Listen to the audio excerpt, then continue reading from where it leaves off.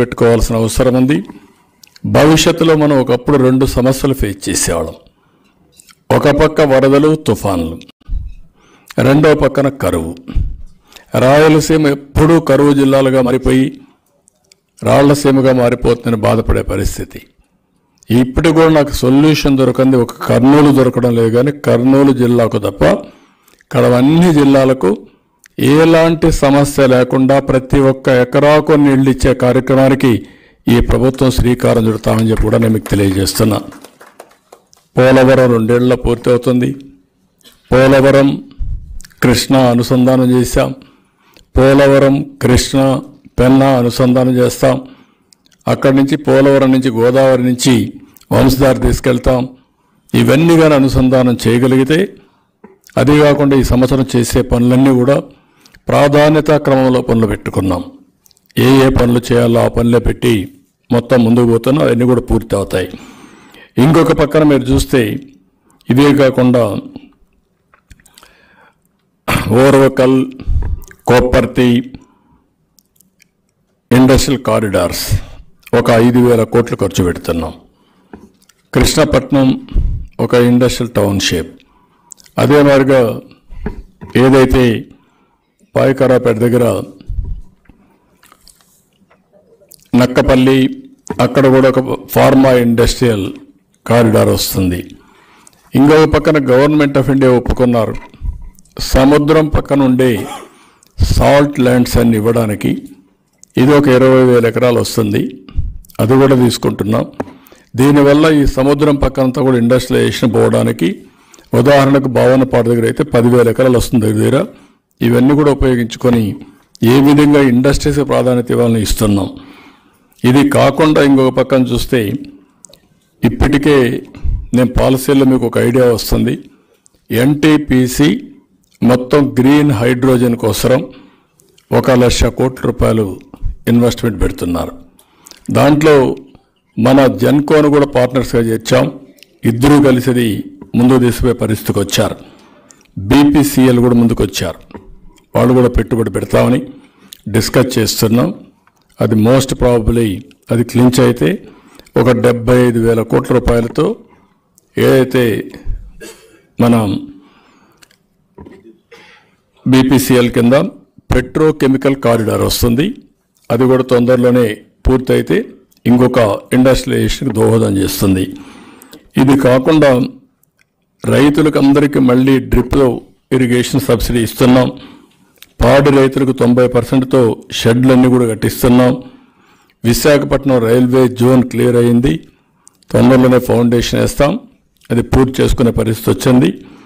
ఇంకొక పక్క రాజధాని కౌలు రైతులకు కూడా 400 కోట్ల రూపాయలు పే చేశాం. అదే మాదిరిగా లా అండ్ ఆర్డర్లో కూడా చాలా ఫర్మ్గా మీరు చూస్తున్నారు. చాలా గట్టిగా ఉంటున్నాం. కంట్రోలింగ్గా పూర్తిగా వచ్చిందన్న కానీ చాలా వరకు ఫోకస్ పెట్టాం.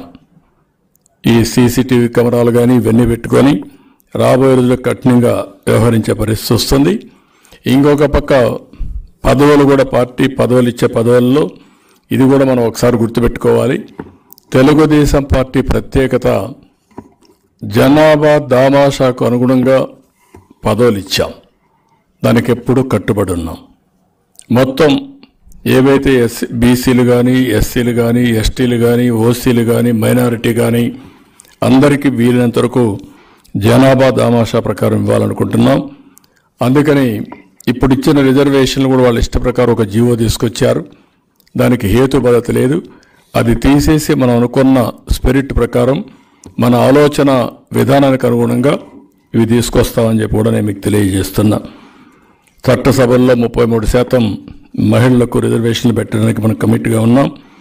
గృహ నిర్మాణానికి గవర్నమెంట్ ఆఫ్ ఇండియా కూడా పెంచారు. 4 లక్షల రూపాయలు ఇస్తారు. గ్రామాల్లో 3 సెంట్లు, అర్బన్ ఏరియాలో 2 సెంట్లు ఇవ్వడానికి మనం ముందుకు పోయాం.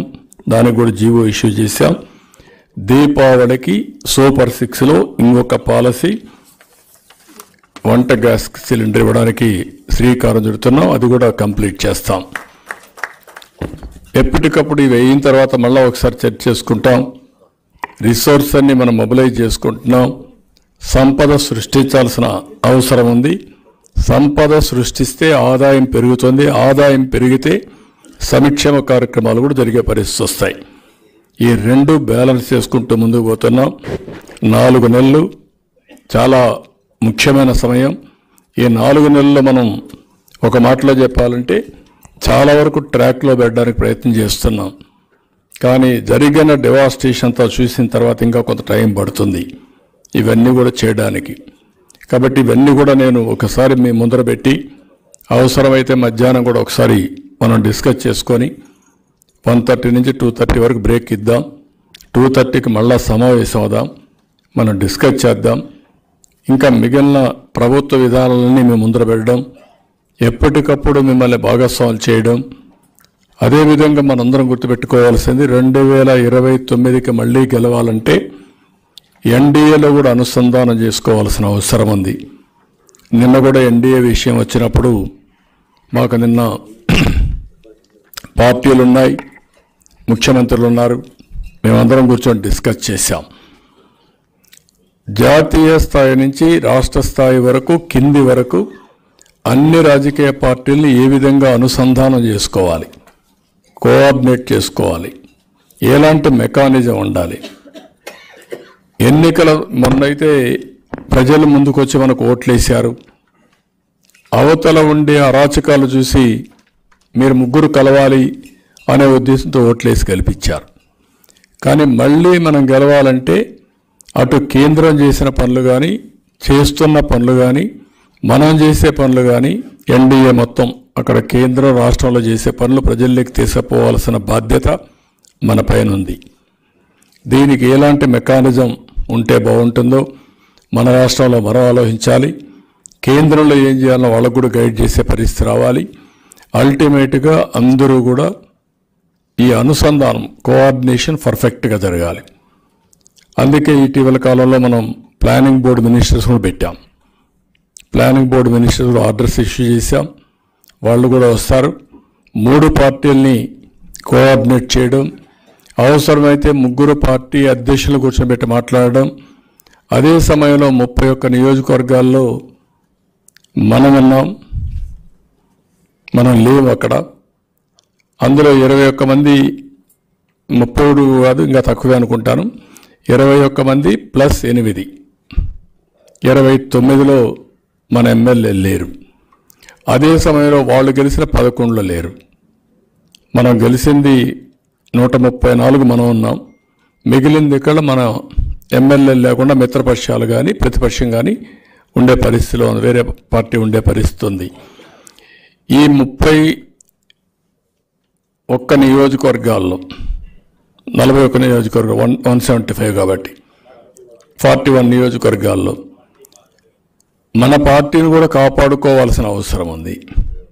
అదే సమయంలో ఇతర పార్టీలు ఉండేది ఇక్కడ, ఆ లీడర్షిప్ను కూడా ప్రొటెక్ట్ చేయాల్సిన బాధ్యత మన పైన ఉంది. ఈ విషయం మీరు గుర్తుపెట్టుకోవాలి. ఎన్నికల్లో ఉపయోగపడ్డారు కాబట్టి, ఎన్నికలు అయిపోయినాయి కాబట్టి ఇంకా మేము ఏకపక్షంగా చేస్తామంటే నిన్న ఎన్నికయింది, మళ్ళా ఎన్నిక వస్తుంది. ఇది ప్రతి ఒక్కరూ గుర్తుపెట్టుకోవాల్సిన బాధ్యత ఉంది. ఇది ఏ విధంగా సమన్వయం చేస్తాం, ఏ విధంగా సమన్వయం చేస్తే 3 పార్టీలు కలిసి ఒకటనే ఫీలింగ్ వస్తుంది. రెండోది మనస వాచ 3 పార్టీలు కలిసి పనిచేస్తే మనం ఊహించిన ఫలితాలు వస్తాయి. అట్లా కాకుండా మనం కానీ ఎవరి దారి వారు చూసుకుంటే మాత్రం మళ్ళీ ఎన్నికలు వచ్చినప్పుడు ఇబ్బంది వస్తుంది.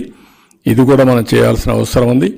మళ్ళీ మీ అందరికీ హామీ ఇస్తున్నా, నేను మాత్రం ఎప్పటికప్పుడు